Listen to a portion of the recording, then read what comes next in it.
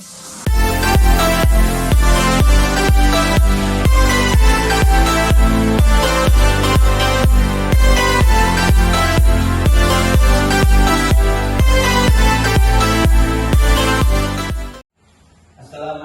warahmatullahi wabarakatuh.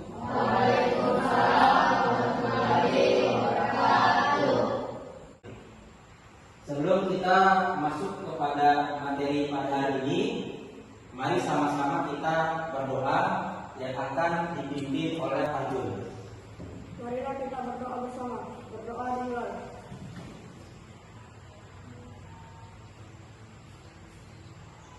Selesai.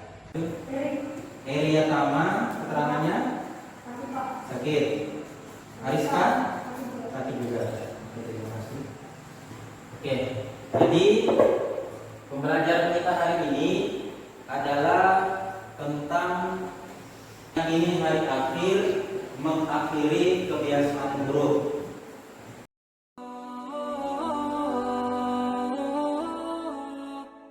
Meyakini hari akhir mengakhiri kebiasaan buruk.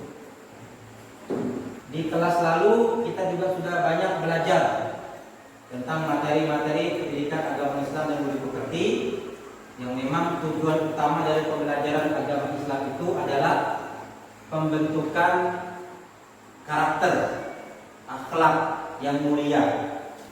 Tujuan pembelajaran kita meyakini hari akhir mengakhiri kebiasaan buruk adalah dengan kalian semakin mempertebal keyakinan kepada hari akhir, maka akan membentuk pribadi yang lebih baik lagi.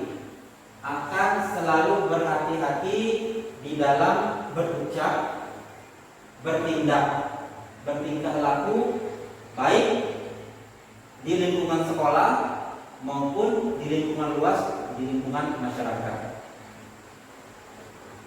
Yang tahu iman kepada hari kiamat itu merupakan rukun iman yang keberapa?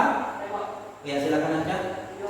Rukun iman yang kelima. Ya. Jadi iman kepada hari kiamat ini merupakan rukun iman yang kelima. Pengertian hari akhir. Sebelum saya menjelaskan pengertian hari akhir, di kelas ini apakah ada yang sudah pernah belajar atau pernah mengetahui apa sih pengertian iman kepada hari akhir? Silakan. Ya, silakan Ariana.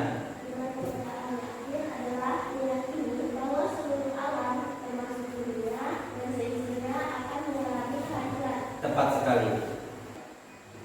Jadi hari akhir itu adalah hari di mana seluruh alam termasuk dunia dan isinya akan mengalami kehancuran. Dunia yang kita tinggali sekarang ini akan hancur. Bagaimana hancurnya? Allah yang punya kuasa untuk menghancurkan dunia ini beserta isi-isinya. Itu yang dinamakan hari akhir atau hari kiamat. Selanjutnya, macam-macam hari kiamat. Hari kiamat itu dibagi menjadi berapa? Ada yang tahu? Komar, silakan. Dibagi menjadi dua. Apa saja? Tepat. Jadi terbagi menjadi dua. Yang pertama kiamat sugra dan yang kedua kiamat kubra. Kiamat sugra itu sendiri adalah terjadinya kematian yang menimpa sebagian umat manusia. Ya, umpama ada kematian di lingkungan kita, gitu ya, itu termasuk kiamat sugra atau kiamat kecil. Selanjutnya kiamat kubra adalah terjadinya kematian dan kehancuran yang menimpa seluruh alam semesta. Nah, itu alam semesta. Jadi bukan cuma dunia ini saja. Planet-planet yang ada di jagat raya ini juga akan hancur. Ya, akan hancur karena benturan-benturan yang terjadi pada saat hari kiamat. Selanjutnya kejadian kiamat kubra atau kiamat besar. Sambil disimak bukunya. Ada dua. Yang pertama, malaikat Israfil akan meniup sangkakala untuk yang pertama kali. Pernah nggak menyaksikan atau menonton film Kiamat 2012?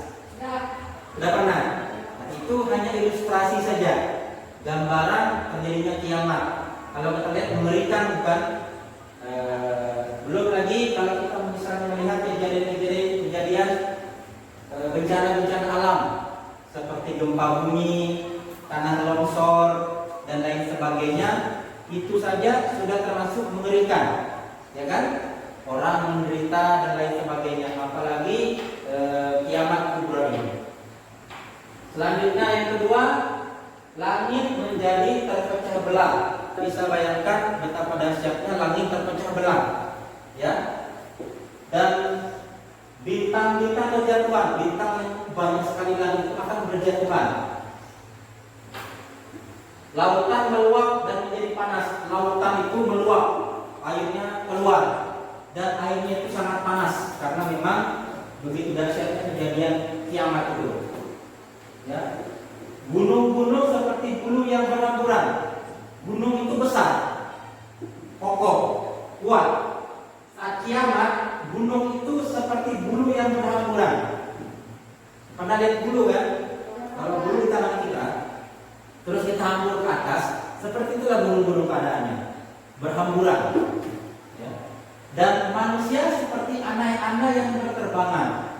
Ya. Kalau pernah lihat anai-anai, seperti itulah perumpamaan manusia ketika kiamat sedang terjadi. Ya.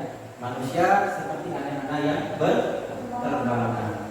Selanjutnya, proses kehidupan di alam akhirat. Proses yang pertama ada yang tahu nggak? Itu kejadiannya di mana? Silakan, ada yang tahu proses kehidupan di alam akhirat yang pertama? Saya, Pak. Saya, silakan, Pak Ustaz. Kuburan atau alam barzah, tepat sekali. Tepat sekali, gambarnya itu adalah kuburan. Ya. Pengertiannya yaitu alam yang dikenal dengan alam kubur. Jadi alam barzah ini dinamakan atau pengertiannya dengan alam kubur, yang merupakan pintu gerbang menuju akhirat atau batas antara alam dunia dan alam akhirat. Ada yang tahu nggak? Setelah alam barzah ini, proses yang kedua alam apa? Angkat tangan. Ada yang silakan. Yaumul Ba'ats, betul. Jadi Yaumul Ba'ats ini, ya, setelah manusia masuk ke dalam alam barzah itu, nanti akan dibangkitkan lagi, dan malaikat Israfil akan meniupkan sangkakalanya lagi yang kedua kalinya. Yang ketiga, siapa yang berani? Yang ketiga alam apa lagi? Katakan. Silakan Abdul. Yaumul Hasyr atau Yaumul Mahsyar. Apa pengertiannya?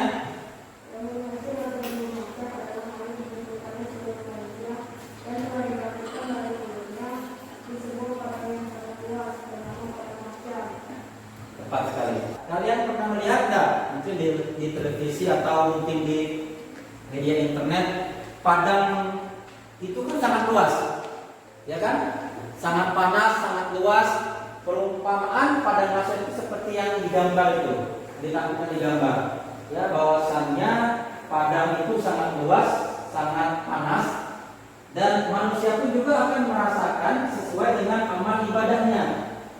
Dan akan ada matahari nanti yang sangat dekat dengan jarak kita, sangat panas sekali, sehingga sangat merasakan panas. Sesuai dengan amal ibadah lagi. Kalau orang ini rajin ibadah, maka dia akan selamat di padang mahsyar ini. Tapi kalau orang itu rajin bermaksiat, berdosa, maka dia akan sengsara di padang mahsyar. Selanjutnya, proses kehidupan di alam akhirat yang keempat. Ada yang berani? Oh, ya, lanjut, silakan lanjut. Yaumul Mizan atau yaumul hisab. Apa pengertiannya? Silakan. Yang meninggal adalah hari ditimbangkan seluruh amal baik dan buruk manusia untuk menerima keadilan dan balasan masing-masing. Oke, terima kasih. Jadi yaumul mizan atau yaumul hisab adalah hari timbangan amal dan hari perhitungan amal baik dan buruk manusia untuk menerima keadilan dan balasannya masing-masing. Oke, selanjutnya yang terakhir ini adalah penentu apakah masuk surga atau masuk neraka. Surga adalah sebagai balasan amal baik. Jadi anak-anak, kalau kita ingin masuk ke dalam surga Allah Subhanahu wa taala yang penuh dengan kenikmatan, kebaikan dan lain sebagainya, maka yang harus kalian persiapkan adalah senantiasa berucap, senantiasa bertingkah laku yang baik, Pak, yang baik-baik, sehingga akan dimudahkan untuk masuk ke dalam surga. Termasuk kalian sekarang kan adalah siswa atau pelajar, di mana tugas kalian apa sebagai pelajar? Belajar, ya. Tugas kalian yang paling utama adalah belajar menuntut ilmu. Dengan kalian belajar, kalian akan mengetahui ilmu pengetahuan. Apa-apa perbuatan baik dan apa-apa perbuatan buruk. Ya. Kalau kalian terbiasa dengan perbuatan baik, maka insya Allah kalian akan masuk ke dalam surga. Sebaliknya, apabila orang selalu berbuat maksiat, bertutur kata yang buruk, yang jelek, gitu ya, berbuat dosa, maka dia akan masuk ke dalam neraka sebagai balasan dari perbuatannya selama hidup di dunia. Maka dari itu kita sebagai umat Islam harus berhati-hati dalam berucap dan bertutur kata.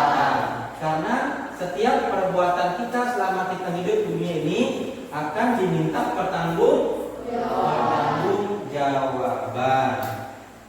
Oke, dari materi yang saya sampaikan ini ada yang ingin ditanyakan, saya persilakan tentang materi meyakini hari akhir mengakhiri perbuatan buruk. Dipersilakan yang ingin bertanya.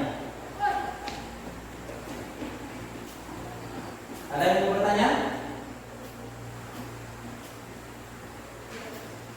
Tidak ada?